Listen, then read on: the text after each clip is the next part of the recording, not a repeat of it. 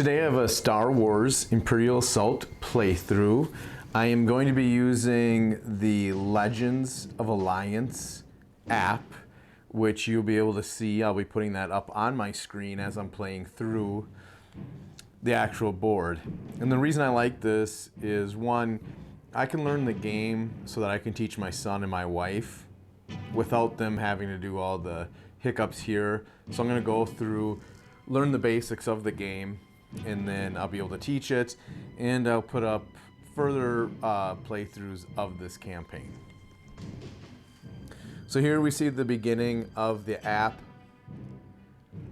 I've put myself in as a new player. It automatically selects Jin and Garkum as the rebels that you'll be playing with. From within the secret base on Yavin 4, you listen anxiously as the pilots of the red and gold squadrons face down the Empire's ultimate weapon, the Death Star. You cheer with a joyful relief when Luke Skywalker destroys the Imperial installation with a single shot. You stand at a grateful attention as Princess Leia Organa presents Skywalker and Han Solo with awards for their meritorious service. Yet the ceremony has hardly finished when Rebel Command orders a full evacuation of the Yavin 4 base. You help load the transports, uncertain how long you have until the Empire arrives. So this just goes through what Imperial Assault does. I'm going to continue here. Just goes over that this is the tutorial, and it will walk us through how to play the game. And we can go back by selecting that screen. You had just arrived at the Rebel base on Yavin as new recruits when the Death Star came to destroy the moon. Now that the Death Star has been destroyed, nearly everyone on the planet is preparing to evacuate the base. You, however, are to undergo training to become soldiers and perhaps one day Legends of the Alliance. So missions in Imperial Assault are played on maps made of double-sided tiles. That is the tiles I already have out. They're numbered quite nicely, so they are easy to find. I have gathered these tiles and are ready to go. So now I will set up the beginning of the map.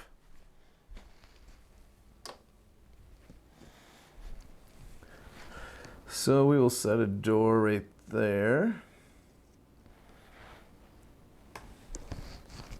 My half-painted door. We will set up Jin right there. Garkin will go right next to her. At attention, soldiers, a voice calls out. A uniformed human stands at the top of a set of stone stairs, looking down over you. My name is Corporal Kish. I am here to get you into fighting shape. The Alliance needs all the fighters it can get if we're ever going to overthrow the Empire. So it says to put the token. I have bought a lot of these minis and painted them, so I will use the mini in place of the token that comes with the game.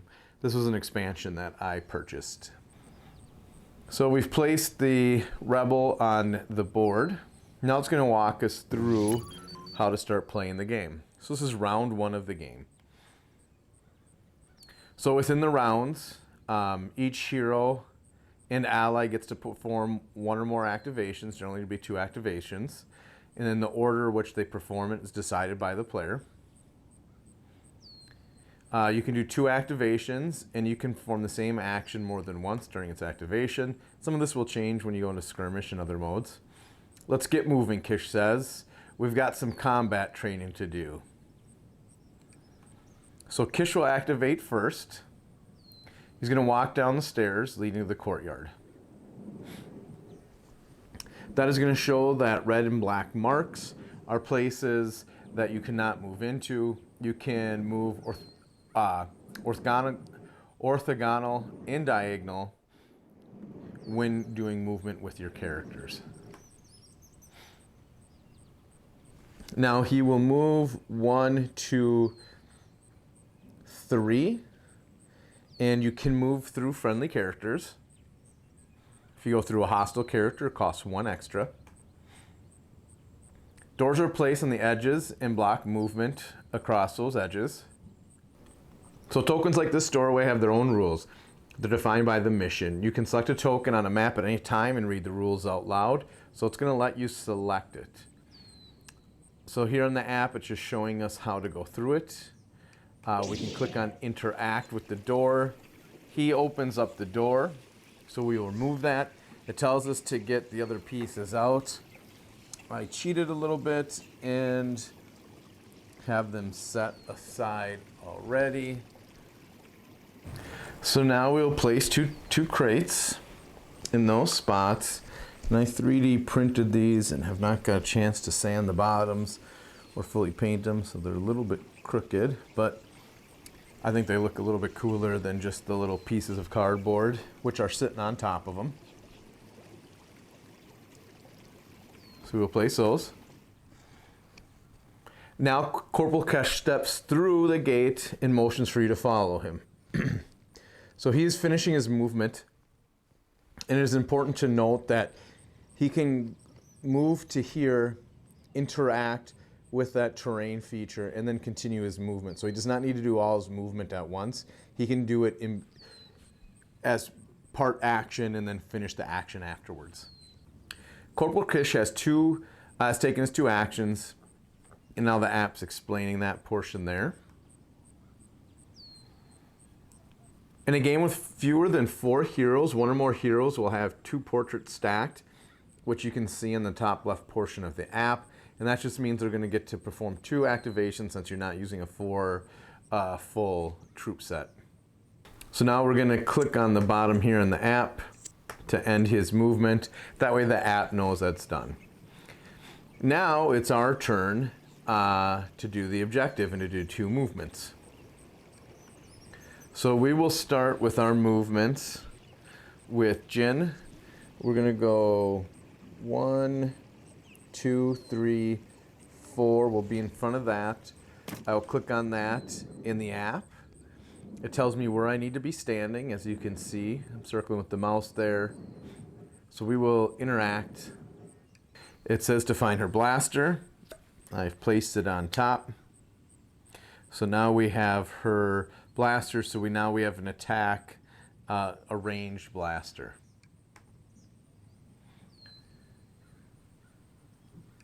So we've interacted with that. This will be removed from the map. So I'm going to finish her movement right here, going down that way. And I will tell the game that her movement is done. Now we have our Wookiee. 1, 2, 3, 4. His movement is on his card, so he's got his health and his endurance and speed. Speed is their movement value, and he's a 4. I will now interact with his crate, and I will click on it, and it says grab his vibro axe. So now he has his weapon from his personal deck, and now we will close that. We're going to remove this. And it says, after collecting those, that it wants us to head out to the range portion of the map. And it wants us to be placed here and here. I'm just putting those for my own good. As you can see on the app, and where I'm pointing, these, to enter these spots, they take an additional movement action.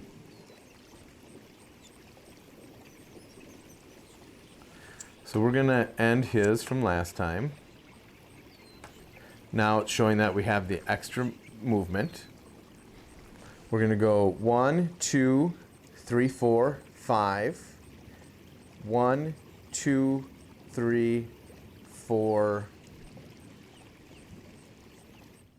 Just moving the app so she goes here, 5. So her movement is done.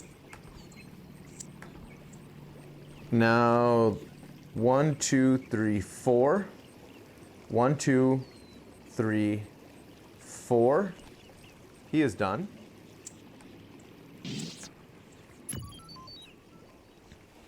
Now we're under round 2 because everybody has taken their actions. Corporal Kish takes off to a jog through the jungle. So it's going to show his movement. And it showed how he goes through and does each movement and counts it up, and he will end up right next to Jin.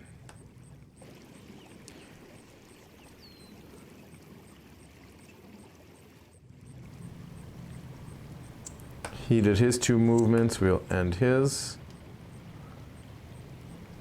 We will go back to the Wookiee. 1, 2, 3. Are going to tell the app that both are in their spaces. End the current hero's activation to advance the mission. So that is Garkon, so we will end his. All right, let's get you some combat training, Kish says. He moves some branches away from the small computer terminal you hadn't noticed before, so we just didn't notice it sitting there. Once again, I have some 3D printed terminals that I printed out and did a quick paint and wash on just to make it look a little prettier. The corporal flips a couple of switches on the panel, but the terminal begins making a grinding sound and then goes black. Kish flicks the switch up and down several times, but the terminal shows no sign of life. Ugh. You handy? With a wrench, he asks. The terminal requires repairs. Fortunately, Jin is good with technology, as indicated by the 3 dice of her tech attribute. So on her tech attribute, she's got a blue, a green, and a yellow. So now we're going to attempt to pass the tech attribute. So I'm going to roll the dice, and the number of surge is 1.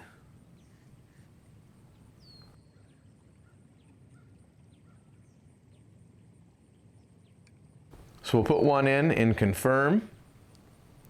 You open up the terminal and quickly find the source of the problem. After a quick bypass, you close up the terminal and flip the switch, bringing the machine back to life. Nice job, Corporal Kish. Nice job, Corporal Kish says. So, pretty easy pass because I only needed 1, so I don't think normally it would be quite as easy to pass that.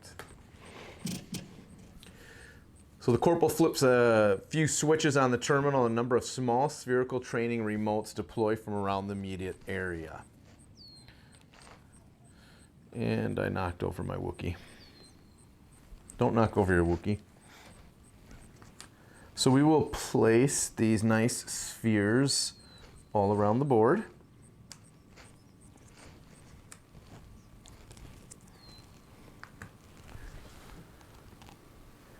And continue.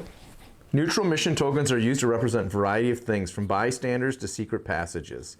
The rules for neutral mission tokens are defined in each mission. You can find the rules by selecting the token in the app. So when you see those, you will click on them in the app and it'll tell you what it does. We'll use these remotes for target practice. Allow me to demonstrate. He pulls out his blaster. Corporal Kish now activates. Normally an ally cannot activate twice in a round, but we're breaking this rule for demonstration purpose. Corporal Kish wants to perform an attack. He has a range attack, which is indicated by the gun icon in the bottom right corner of the Rebel Troop card. The Rebel Troop card is right here, and it is showing a blue and yellow dice. To perform a range attack, the figure must have line of sight. So this is going over line of sight. Line of sight is pretty important. You can't shoot through your own people. It's going to go from corner to corner to determine what the line of sight is. And this goes through all the examples in the app and in the rule book of how line of sight works. It's not very hard once you read through it. You basically, if you have a ruler, you just draw a straight line from one corner to another. And it does make a difference because melee characters may not be able to shoot around a corner or won't be able to touch the same character that a range can because of the corner to corner.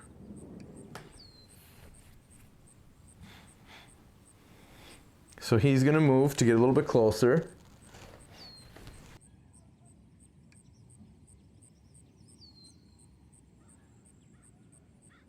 So now he's going to perform an attack. He has line of sight. He has 1 blue and 1 yellow die to perform the attack. So we will roll the 2. Let's get it on there. So he's got a surge. 4 is what he needs to, the numbers on here help get range. So anything within 4 range he would hit. He's within 2. He does not have at least 3 damage. He only has 2 hits.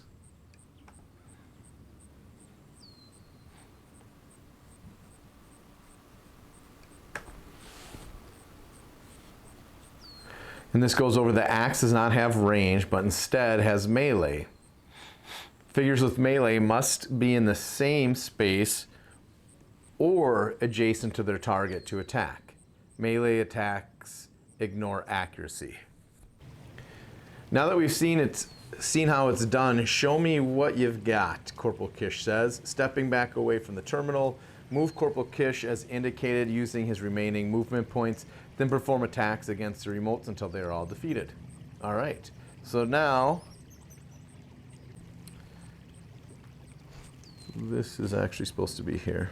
Sorry. So now we're going to do some attacks and some movements. So I am going to start with Jen. We'll do movement 1, and I'm going to attack this unit right there. She uses a 2 greens, so double greens. She's got a range of 4 and does 2 damage to that, so not quite to hit it, enough to hit it. So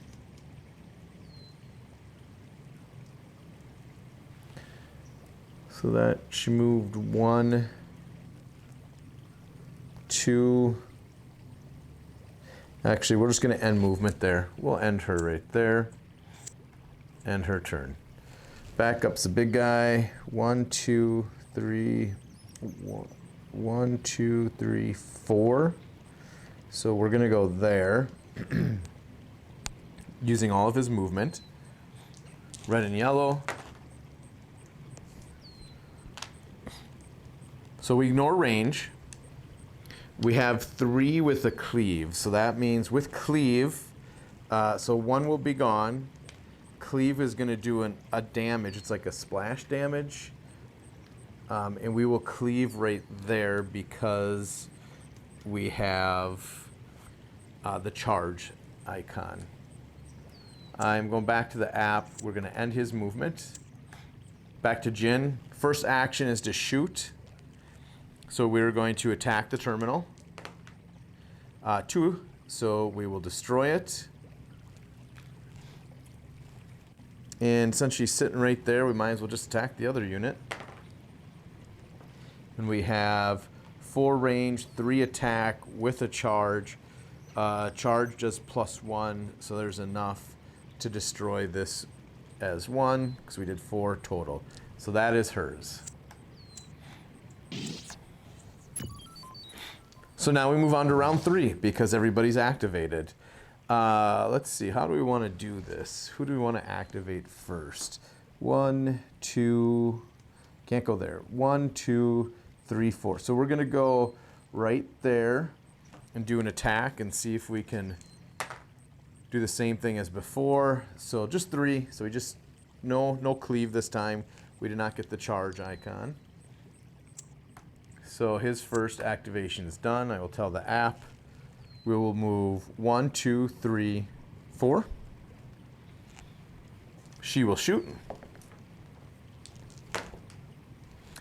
And plenty of range, plenty of distance, plenty of force. 4 attack destroys that. Oh, and I keep forgetting to tell the app that these are destroyed.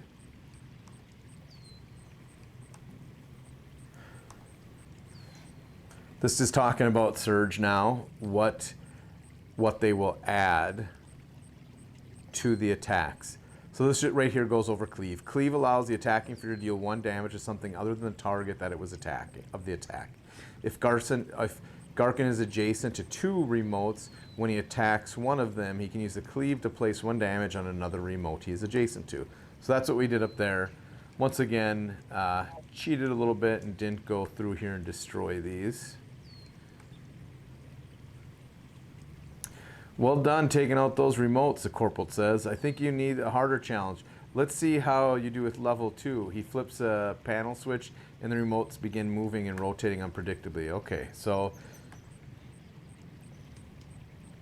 now they have a block. So each time they roll a white dice when I fight them now. The Pure Surge ability can be used to ignore the block symbols. So I'm just going to reset this up since I skipped ahead a little bit.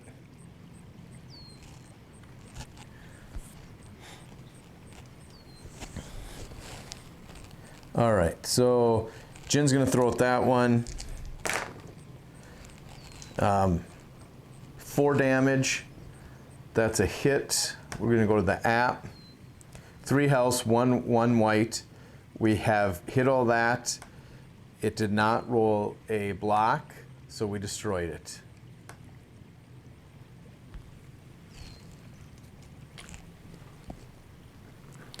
And so she should have been done from before. We'll go with the big guy.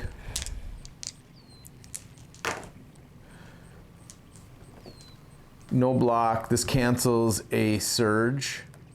We don't have a surge. We just have 3, so we'll take 1 out.